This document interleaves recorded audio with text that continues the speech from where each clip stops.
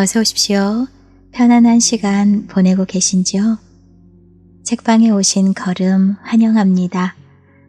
네, 이번 시간에 들려드릴 소설은 주요섭 작가님의 1936년 작품입니다. 제목은 아네모네의 마담. 다방 마담으로 있는 영숙에게 전문학교의 한 학생이 매일 찾아와 시선을 던집니다. 올 때마다 한 번도 말도 걸지 않고 그저 바라보기만 하는 그 학생에게 오늘은 예쁜 귀고리를 달고 환심을 사려고 해봅니다. 자, 어떤 내용으로 전개가 될지 제가 잘 낭독해 드리겠습니다. 편안한 자세로 제 목소리에 귀 기울여 주십시오. 낭독 바로 시작하겠습니다.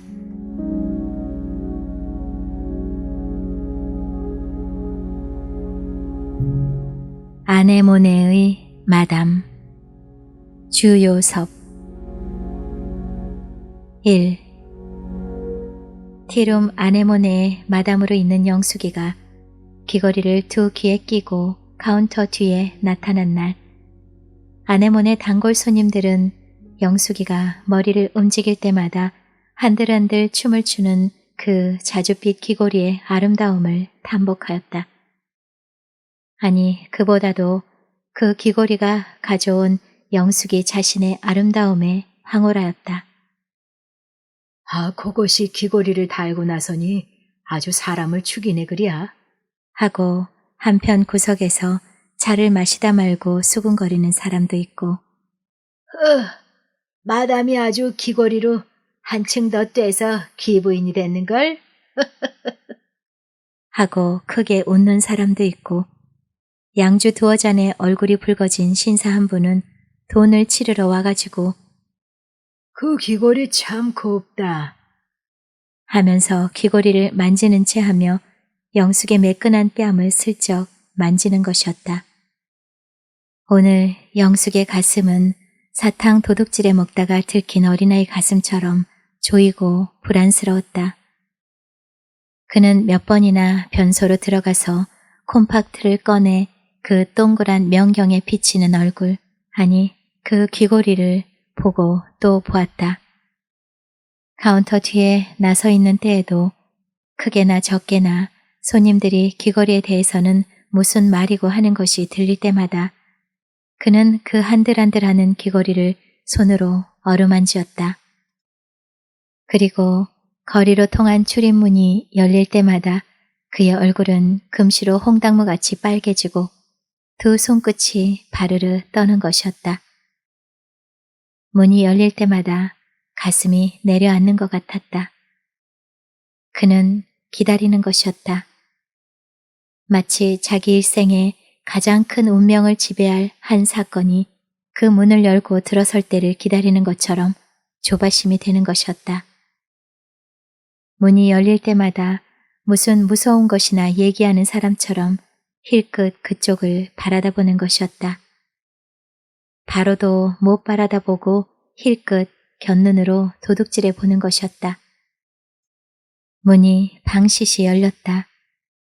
시꺼먼 사각모가 먼저 나타났다. 이어서 사각모 아래로 어떤 창백한 얼굴이 보였다. 문을 조심스레 미는 손이 보였다. 전문학교 학생의 제복이 보였다.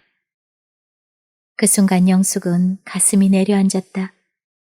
그는 도망을 가듯이 고개를 숙이고 카운터 뒤로 뚫린 판장문 밖으로 나갔다.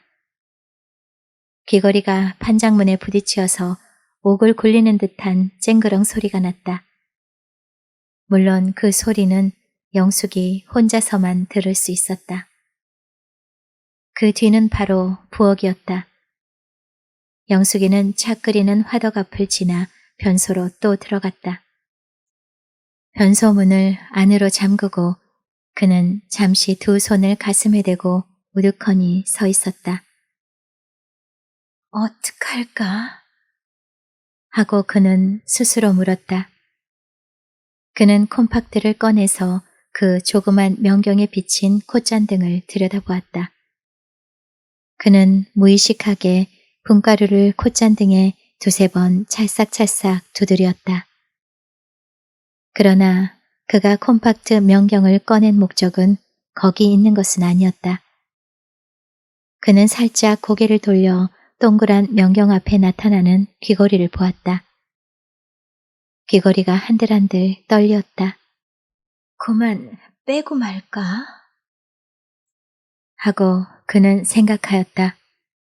그 순간 그러나 그는 결심한 듯이 콤팍트를 핸드백 속에 획 집어넣고 살그머니 카운터 뒤로 기어나왔다. 그는 고요히 차점 안을 휘둘러 보았다. 역시 저편 그 구석자리에 그 학생은 와 앉아 있는 것이었다. 언제나와 마찬가지로 그 학생은 지금 영숙이를 정면으로 바라다보고 있는 것이었다. 그 언제나 무엇을 열망하는 듯한 열정에 타고 넘치는 듯한 그 눈 모습으로 영숙이는 얼굴이 화끈 다는 것을 인식했다. 그러자 귀 밑에 달린 귀걸이가 찰싹찰싹 뺨을 스치는 것도 인식하였다. 귀걸이가 차기도 차다 하고 그는 생각하였다. 축음기 소리판에서는 뚜뚜루뚜뚜 뚜뚜루뚜뚜 하고 박자 젠 재즈가 숨이 찰듯이 쏟아져 나왔다. 영숙이는 빨개진 자기 얼굴을 어둠 속에 감추고 서서 소리판을 한 장씩 한 장씩 골라내고 있었다. 여러 장을 제치고 나서 영숙이는 소리판 한 장을 들고 물끄러미 들여다보았다. 이 소리판 한 장. 영숙에게 이상스런 인연을 가져다 준 소리판 한 장이었다.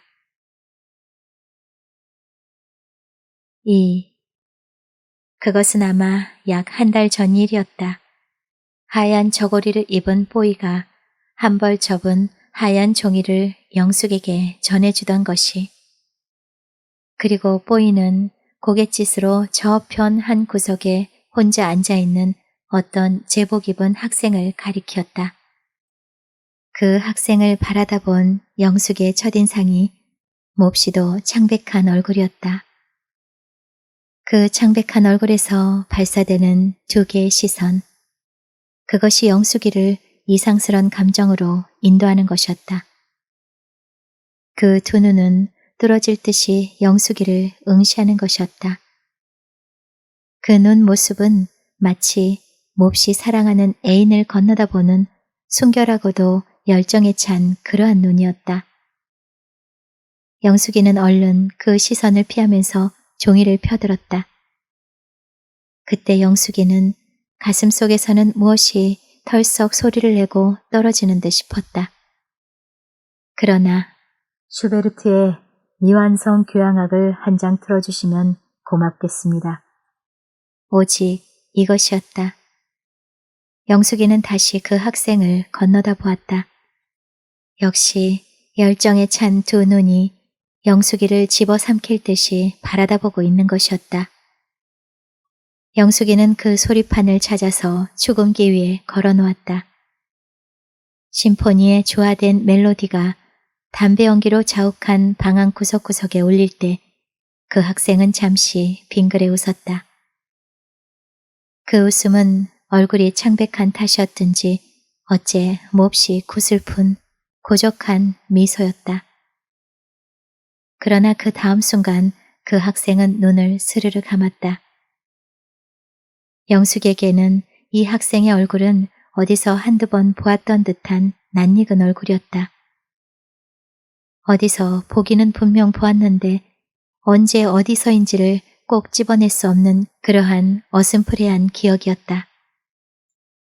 아마도 그 학생이 찻집에를 덜어 왔을 테니까 아마 이전에 무심히 몇 번 보았을 것이었다.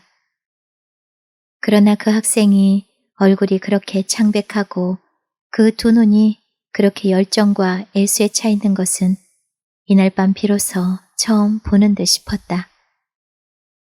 영숙이는 가끔 곁눈으로 이 학생을 보았으나 그 학생의 마음은 심포니의 음악을 타고 허공으로 떠돌아 다님인지 그는 눈을 감은 채 죽은 듯이 앉아 있었다.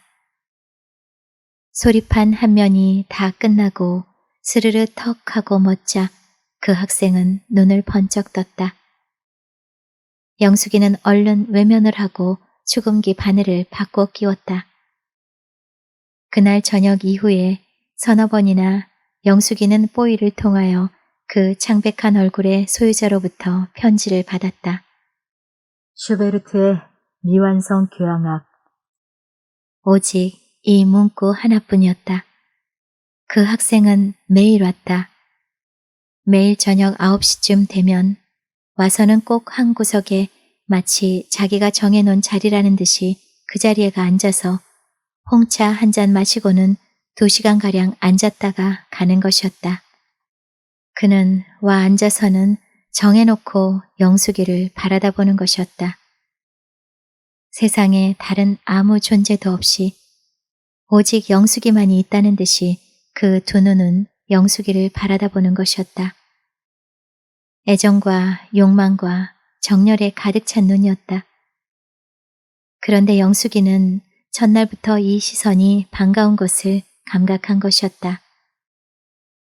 어떤 때는 너무도 시선이 변치 않고 한 곳에만 머물러 있는 것이 어째 남의 주의를 사게 되지 않을까 하여 염려되는 때도 있었으나 그가 용기를 내어 그 학생 쪽으로 시선을 돌릴 때 잠시라도 그 학생의 시선이 딴 데로 옮겨진 것을 발견할 때는 어째 서운한 생각이 드는 것이었다. 어떤 날 밤에는 한번 그 학생이 들어오는 것을 보자 영숙이는 자진하여서 미완성 교향곡을 축음기에 걸어놓았다. 역시 그 구석에 혼자 앉았던 그 학생은 이 낯익은 음악이 들려오자 잠시 빙그레 웃었다. 역시 그 어딘가 구슬픈 빛이 감추어 있는 그런 웃음이었다. 영숙이는 얼굴뿐 아니라 제 전신이 빨갛게 물드는 것 같은 느낌을 얻었다. 혹 실없는 사내들이 가끔 농담을 걸기도 하고 돈 치르는 채 하고 슬쩍 손목을 잡아보기도 할 때에도 얼굴을 붉히지 않으리만치 벌써 마담 생활에 익숙해진 영숙이었다. 그러나 이 말없는 시선 앞에서는 어쩐 일인지 전신이 수줍음으로 휩싸이는 것 같은 느낌을 억제할 수 없는 것이었다. 가끔 이 학생은 다른 학생 하나와 둘이서 올 때도 있었다. 둘이 와서도 그들은 남들처럼 이야기를 하지도 않고 둘이 다 벙어리 모양으로 오두커니 앉아서 한 학생은 담배를 피우며 천정이나 바라다보고 있고 이 학생은 역시 영숙이만 바라다보고 있는 것이었다. 그러다가 미완성 교향악이 나오면 그는 역시 잠시 빙그레 웃을 뿐이었다. 이 빙그레 웃는 모양을 보면 영숙이는 몹시 기쁘기도 하고 몹시 슬프기도 한 야릇한 감정을 맛보는 것이었다. 그래서 이 빙그레 웃는 구슬픈 미소를 보기 위하여 어떤 날 밤에는 영숙이는 미완성 교향악을 3번, 4번씩 걸어놓기도 하였다. 그 학생은 그렇게도 영숙이를 열정에 찬 눈으로 바라다보면서도 한 번도 다른 사람들처럼 영숙이와 수작을 건네보는 일은 없었다. 아니 카운터에도 가까이 오는 일이 일체 없었다.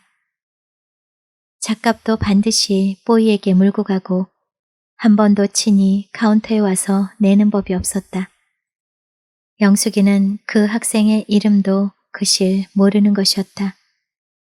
그러나 웬일인지 그 학생과 평범한 이야기라도 한마디 주고받았으면 하는 욕망이 걷잡을 새 없이 끓어오르는 때가 가끔 있었다. 왜 사내가 저렇게 용기가 없을까? 슈베르트의 미완성 교향곡만 자꾸 써보내지 말고 내일 오후 2시에 아무 데서 좀 만날 수 없을까요? 이렇게 왜 좀 못 써보낸담? 하고 혼자 야속스럽게 생각한 때도 가끔 있었다. 사실 영숙이는 여러 사나이에게서 좀 만나자는 둥, 사랑의 여신이라는 둥, 나의 천사라는 둥 하는 문구를 늘어놓은 편지를 많이 받았다. 그러나 그는 한 번도 그 사나이들과 조용히 만나본 일은 없었다. 그런데도 만일 이 이름도 모르는 학생이 그런 편지를 한 번만 보내준다면 그는 곧 춤이라도 출 듯 싶었다. 요새 와서는 무슨 일인지 이 학생은 미완성 교향악이 나오기만 하면 곧 상위에 두 팔을 올려놓고 그 속에 머리를 파묻고 죽은 듯이 엎드려 있는 것을 가끔 본 일이 있었다. 어쩐 일인지 영숙에게는 이 학생이 그처럼 엎드려서는 소리 없이 울고 있는 것이라고 생각되는 것이었다. 소위 제 육감이라고 할까. 하여튼 그 학생은 남에게 말 못하는 무슨 고민과 슬픔을 품고 있는 것이라고만 영숙에게는 생각되었다. 그리고 그 고민의 원인이 영숙이 자신에게 있는 것이 아닐까 하고 생각되어서 퍽이나 송구스럽게 번민되는 것이었다. 왜 나한테 모든 것을 털어놓고 이야기를 못할꼬? 하고 영숙이는 가끔 초조하고 원망스러운 눈으로 그 학생을 바라다보곤 하는 것이었다. 영숙이는 자기 자신도 인식하지 못하는 가운데 자연히 몸 맵시에 대하여 더 한층 주의를 하게 되었다. 그리고 어떻게 했으면 이 학생과 잠시라도 이야기를 해볼 도리가 없을까 하고 궁리궁리 하던 끝에 마침내 이 귀고리를 사서 달고 나선 것이었다.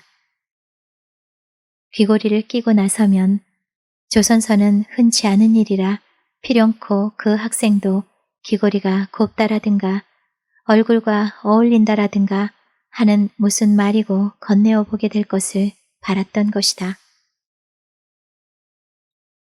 3. 영숙이는 지금 자기가 골라든 미완성 교향악 소리판을 들고 방금 뱅글뱅글 돌고 있는 재즈가 끝나기를 기다렸다. 그 학생은 웬일인지 오늘 밤에는 벌써부터 상위에 올려놓은 두 팔 속에 머리를 파묻고 엎드려 있는 것이었다. 그와 함께 온 다른 학생은 담배를 피워 물고 앉아서 옆에 엎드린 친구를 무슨 불쌍한 동물이나 바라보듯이 딱한 표정으로 바라다보는 것이었다. 자기 자신이 용기가 없으면 저 학생을 통해서라도 내게 말 한마디만 해주면 될 것을. 하고 영숙이는 그 학생의 행동이 안타깝게 생각되었다. 그때 온 방안 공기를 찌렁찌렁 울리던 재즈 소리가 뚝 끊기고 스르르 스르르 턱 하더니 죽음기가 멎었다. 영숙이는 바늘을 갈아 끼우고 재즈판을 드러내놓고 미완성 교향악을 걸었다. 그 학생이 이제 자기를 바라다보며 빙글에 웃을 그 창백한 얼굴을 연상하면서 영숙이는 판을 돌리고 그 위에 바늘을 얹어 놓았다. 곱고 조화된 음률이 방안을 가득 채웠다. 영숙이는 고개를 돌려 그 학생을 바라다 보았다. 귀고리가 찰싹찰싹 그의 뺨을 스치었다. 귀고리가 매끄럽기도 매끄럽다. 하고 그는 생각하였다. 웬일일까? 그 학생은 빙글에 웃어 보이기는커녕 두 팔 세워 파묻은 얼굴을 들지도 않는 것이었다. 영숙이는 이해할 수 없어서 멀거니 그 학생 쪽을 바라다보고 서 있었다. 잠시 동안의 시간이 흘렀다. 심포니의 음률은 방안 구석구석을 신비경으로 변화시키는 것처럼 우아하고 신비스러웠다. 그러자 그것은 마치 일종의 벼락처럼 밖에 더 생각되지 않았다. 영숙이는 그때 그 순간의 돌발한 괴이한 사건을 순서적으로 기억할 수는 없었다. 그때 그래 무슨 일이 생겼어요? 하고 누가 물으면 영숙이는 도무지 그 갈피를 찾아서 이야기할 수가 없을 것이다. 도무지 예기치 못했던 돌발 사건이 생기는 때 사람의 신경은 놀라고 떨려서 그 사건 진행의 참된 모양을 순서적으로 기억할 수는 없게 되는 것이다.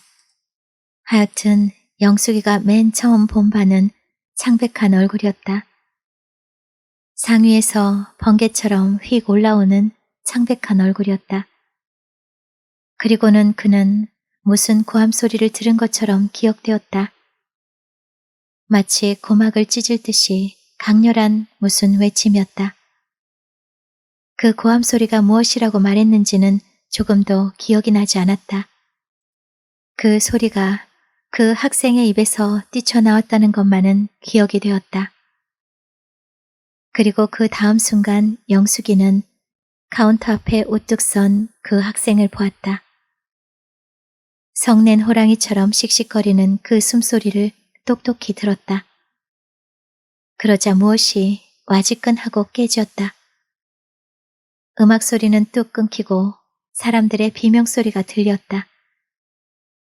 영숙이는 귀걸이가 찰싹찰싹 뺨에 와서 스치는 것도 감각하지 못하리만치 어안이 벙벙해지고 말았다.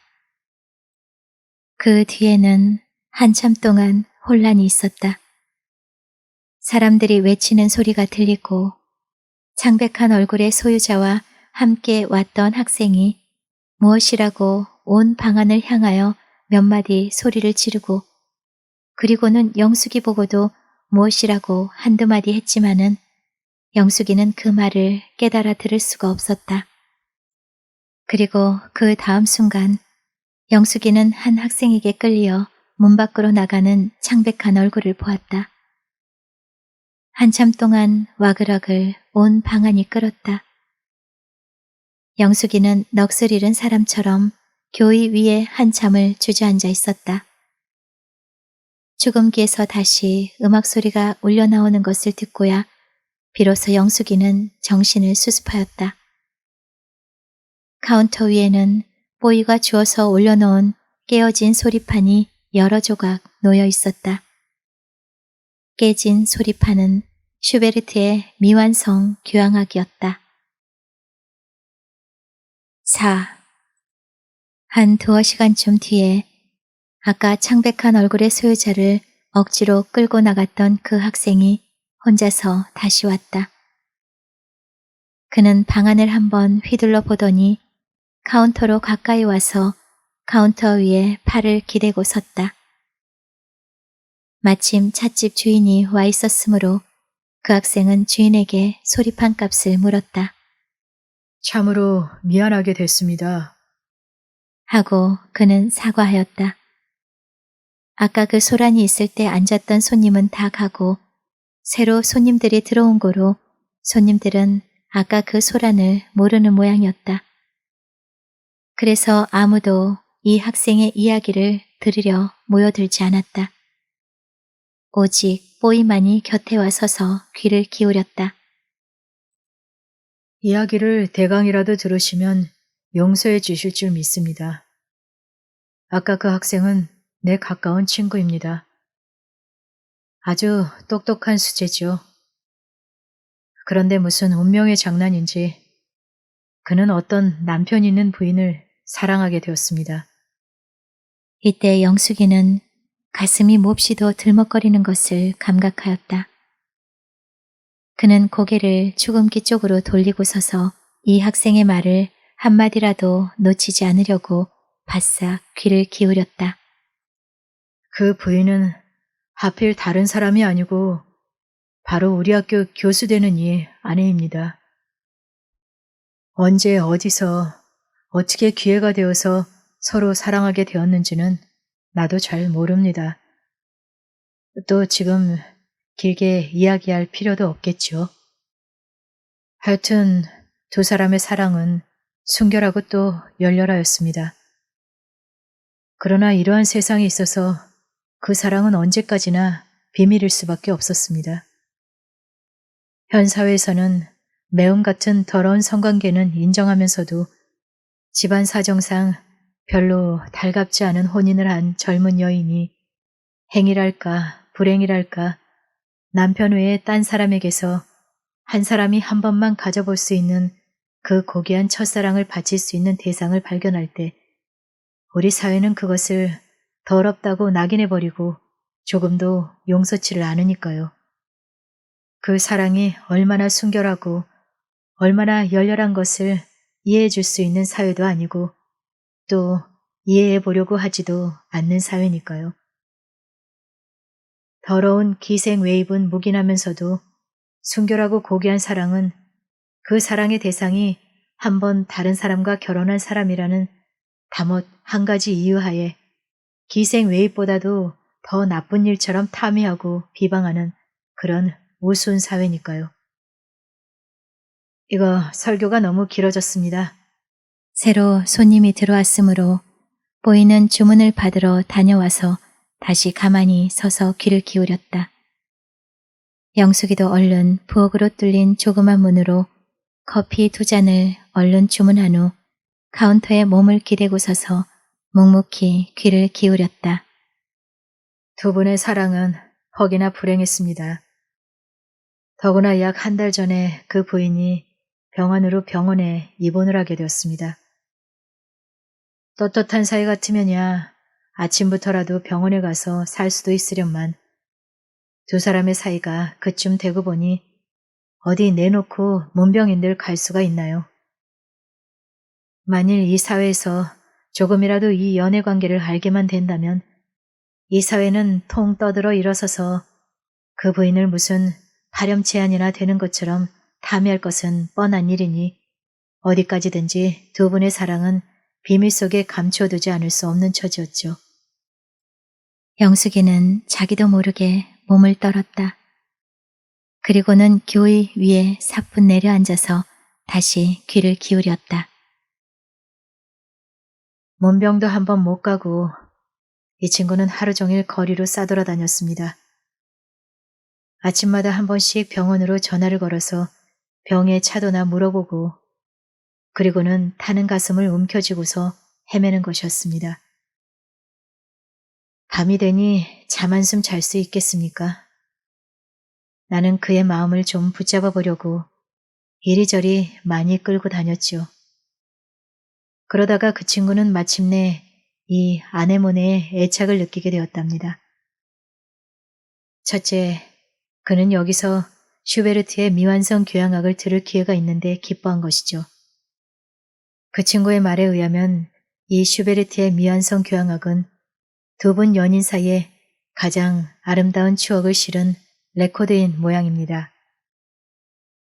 하루 종일 가슴속이 바작바작 타다가도 여기와 앉아서 그 교향악 한 곡절을 듣고 있으면 지나간 날 아름다운 기억들이 마음속에 끌어오르고 마치 그 부인과 함께 어떤 아름다운 동산을 거닐고 있는 것 같은 그런 느낌을.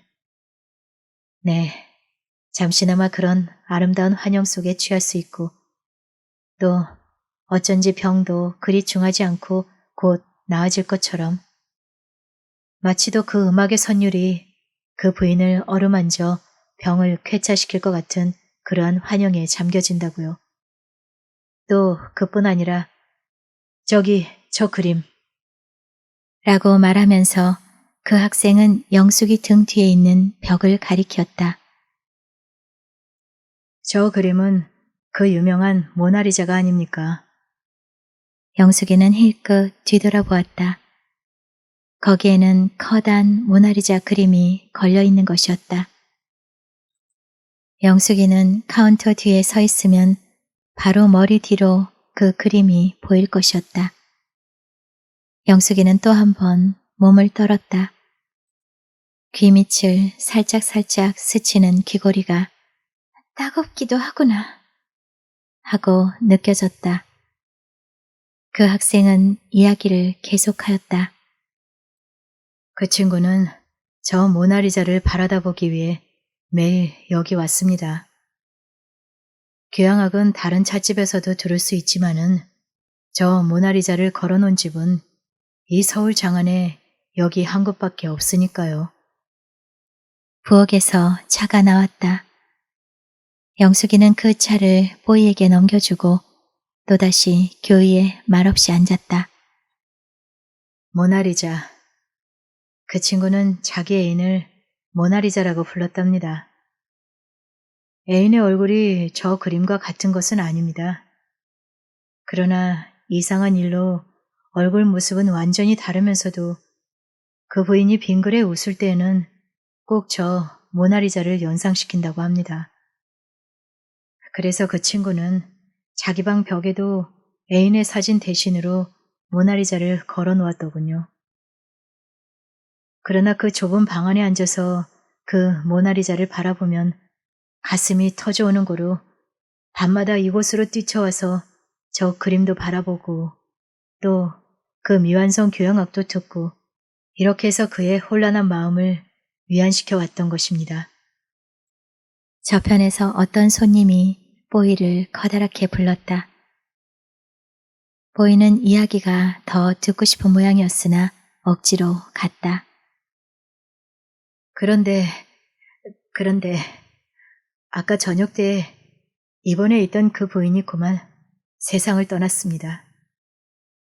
거의 미친 사람처럼 된 내 친구를 겨우 이리로 끌고 왔었는데 그만 그 미완성 교향악이 그의 가슴을 찢어 놓았나 봐요.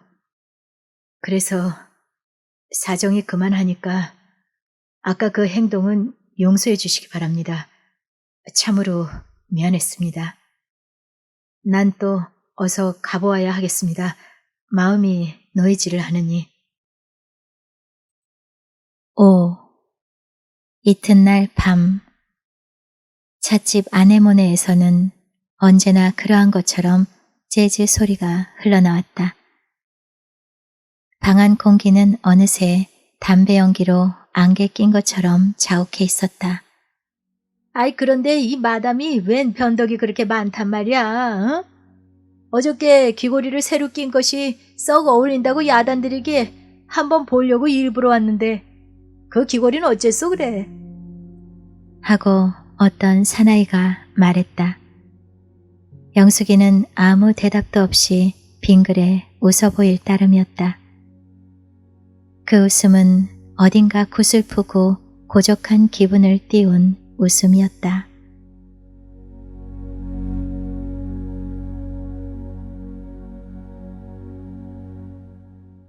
주여섭 작가님의 아네모네의 마담 낭독을 마치겠습니다. 저는 다음 시간에 또 찾아뵙겠습니다. 여러분의 구독과 좋아요는 책방에 큰 힘이 됩니다. 감사합니다.